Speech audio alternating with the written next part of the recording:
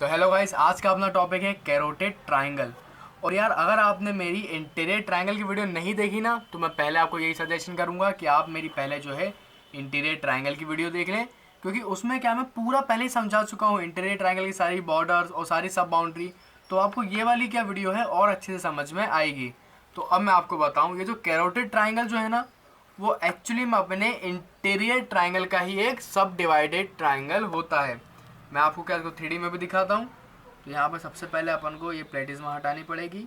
Then अब आप देखिए, ये अपना पूरा नेक का रीजन है और उसमें ये अपनी लार्ज मसल है स्टर्नोक्लीडोमास्टोइड मसल। एंड इस मसल के पीछे अपन को पता है एक होता है पोस्टीरियर ट्रायंगल, जो आपको क्लियरली दिख पा रहा होगा। और इस मसल के इंटीरियर में अपना प्रेजेंट होता है पूरा इंटीरियर ट्रायंगल। और इसी इंटीरियर ट्रायंगल में ये जो एक लास्ट ट्रायंगल होता है ना सब डिवाइडेड, उसको अपन कहते हैं कैरोटेड ट्रायंगल। ये आपको अच्छे से दिख रहा होगा। ये पूरा जो है ये अपना है इंटीरियर ट्रायंगल, जिसमें है कुल मिला के अपने 4 सब डिवीजन, एक गैस्ट्रिक ट्रायंगल, एक सबमेंटल ट्रायंगल, देन अपना एक सबसे लार्ज कैरोटेड ट्रायंगल और एक मस्कुलर ट्रायंगल। तो आज अपन इसी कैरोटेड ट्रायंगल को अच्छे से डिटेल में देखते हैं। तो सबसे पहले यार, अगर अपन इसकी देखिए बाउंड्री, मेनली जो कैरोटेड ट्रायंगल की जो बाउंड्री है ना, वो अपनी कुल मिला के 3 मसल बनाती हैं। ये आप देख पा रहे हो। तो अपन क्या तीनों मसल को डिटेल में देखते हैं फिर से। सबसे पहली मसल जो है वो है अपनी स्टर्नोक्लीडोमास्टोइड मसल। ये आपको पूरा सेपरेट में दिख रही होगी अब। देन दूसरी मसल ये वाली, इसको अपन कहते हैं ओमोहायोइड मसल। इसको भी मैं आपको सेपरेट में दिखाता हूँ। ये वाली मसल ये आपको दिख रही है ना पूरी, इसको अपन कहते हैं ओमोहायोइड मसल। अपन जानते हैं ओमोहायोइड की होती हैं 2 बेलीज, एक इसकी होती है सुपीरियर बेली, दूसरी होती है इन्फीरियर बेली। तो ये है अपना ओमोहायोइड। देन इस ओमोहायोइड के बाद ये जो लास्ट मसल है ना, इसको अपन कहते हैं डाइगैस्ट्रिक मसल। मैं आपको 3D में भी दिखाता हूँ एक बार इसका मॉडल। ये वाली, इसको अपन बोलते हैं डाइगैस्ट्रिक मसल। और ये जो डाइगैस्ट्रिक मसल है ना, उसकी भी 2 बेली होती है। एक इंटीरियर में उसे बोलेंगे interior Bailey of digastric muscle, दूसरी पोस्टीरियर में वो है posterior belly of digastric muscle. तो अब अपन देखें, ये कुछ इस तरीके से अपना ट्रायंगल है, समझ रहे हो आप।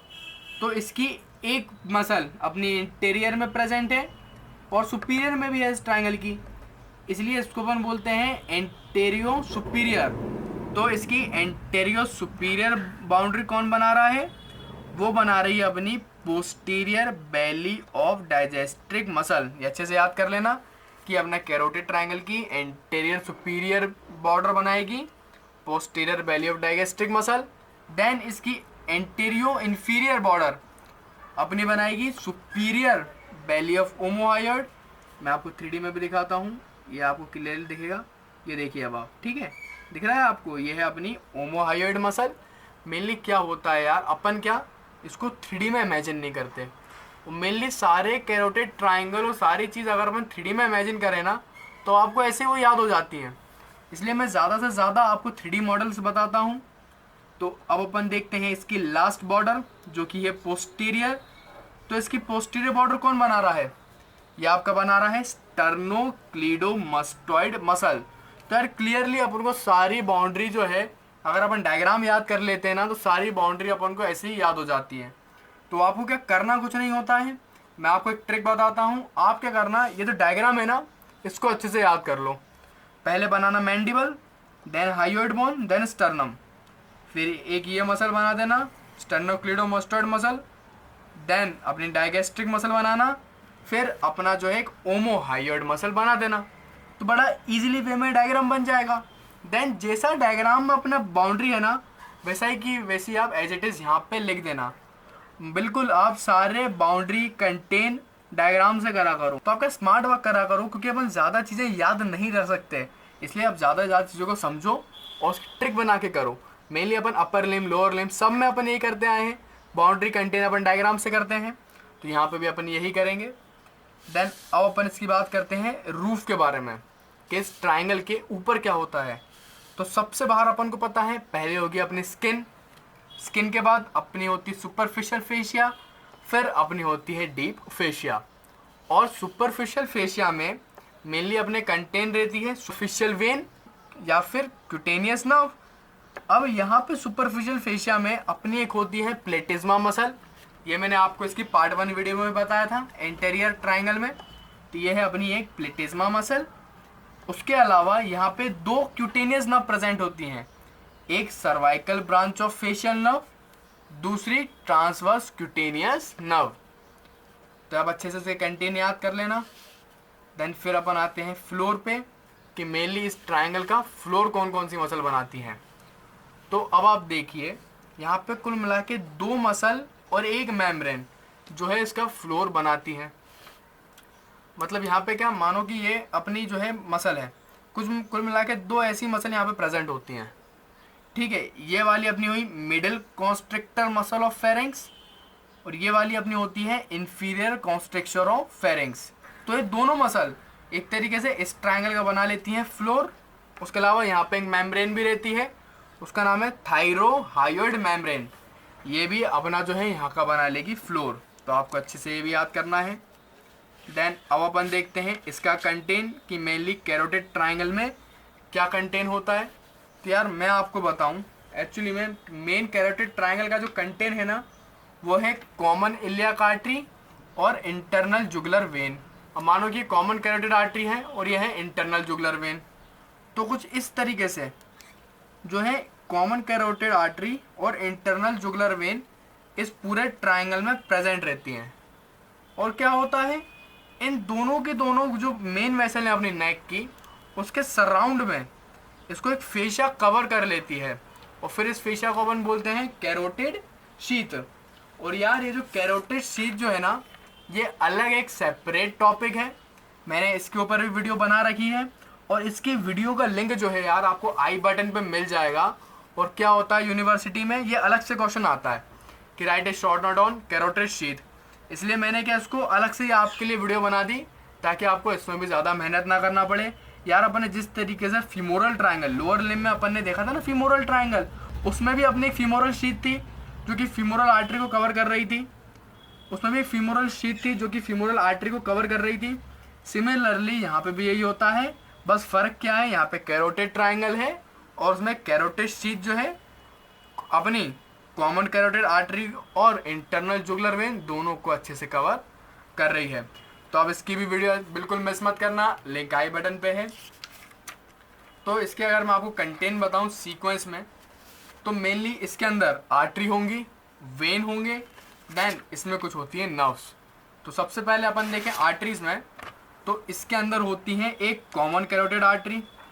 देन अपन जानते हैं ये जो कॉमन कैरोटिड आर्टरी है ना यही आगे जाके 2 पार्ट्स में डिवाइड होगी, एक इंटरनल कैरोटिड आर्टरी में, दूसरी एक्सटर्नल कैरोटिड आर्टरी में।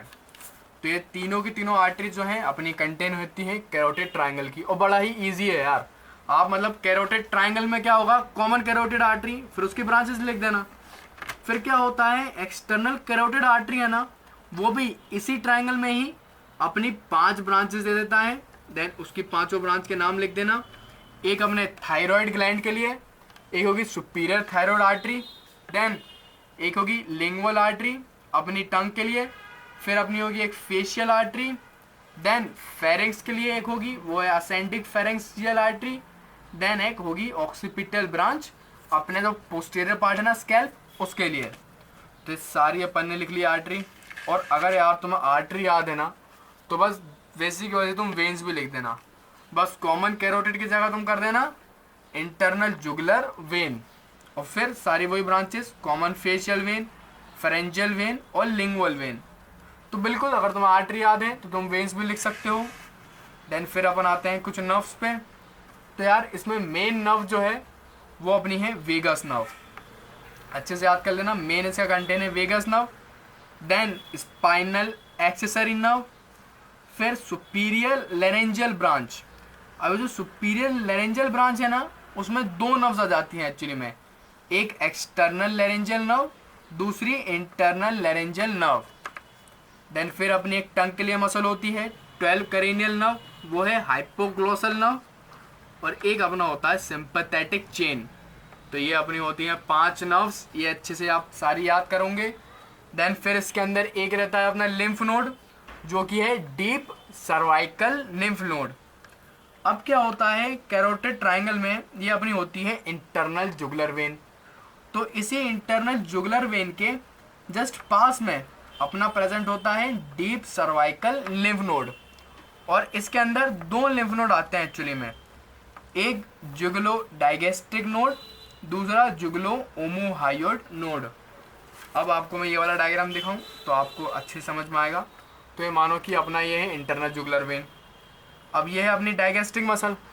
तो एक लिम्फ नोड क्या होगा इस डाइगेस्ट्रिक मसल के पास में होगा, देन इसका दूसरा लिम्फ नोड जो है वह ओमोहायोड मसल के पास होगा।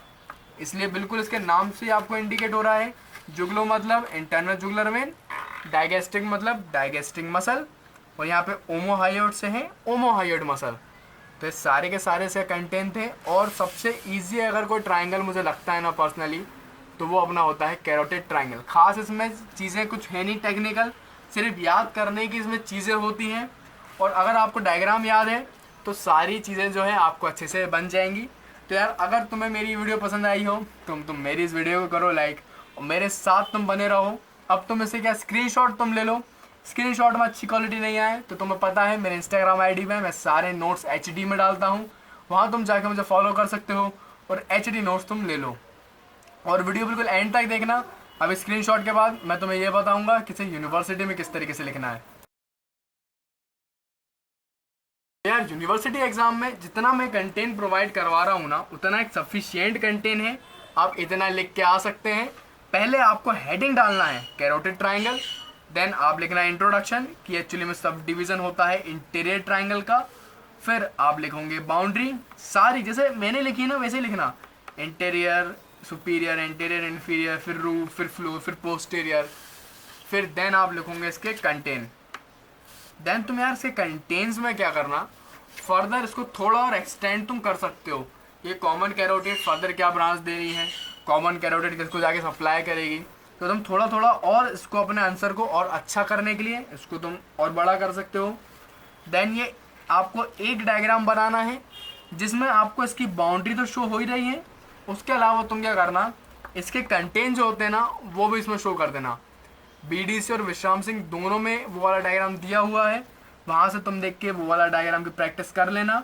तो कुछ इस तरीके से तुम्हें पूरा कैरोटिड ट्राइंगल जो है यूनिवर्सिटी में करके आना है। और बिल्कुल इसकी अगर आपने इंटीरियर ट्राइंगल, और इसके बाद अब बिल्कुल तुम ये मेरी कैरोटिड शीट की वीडियो मिस मत करना। इसको यार मैंने बहुत ज़्यादा डिटेल में बताया है मेरी इस वीडियो में, जाओ जल्दी से इसका पूरा कंसेप्ट जो है अच्छे से तुम समझ लो। तो थैंक्स फॉर वॉचिंग।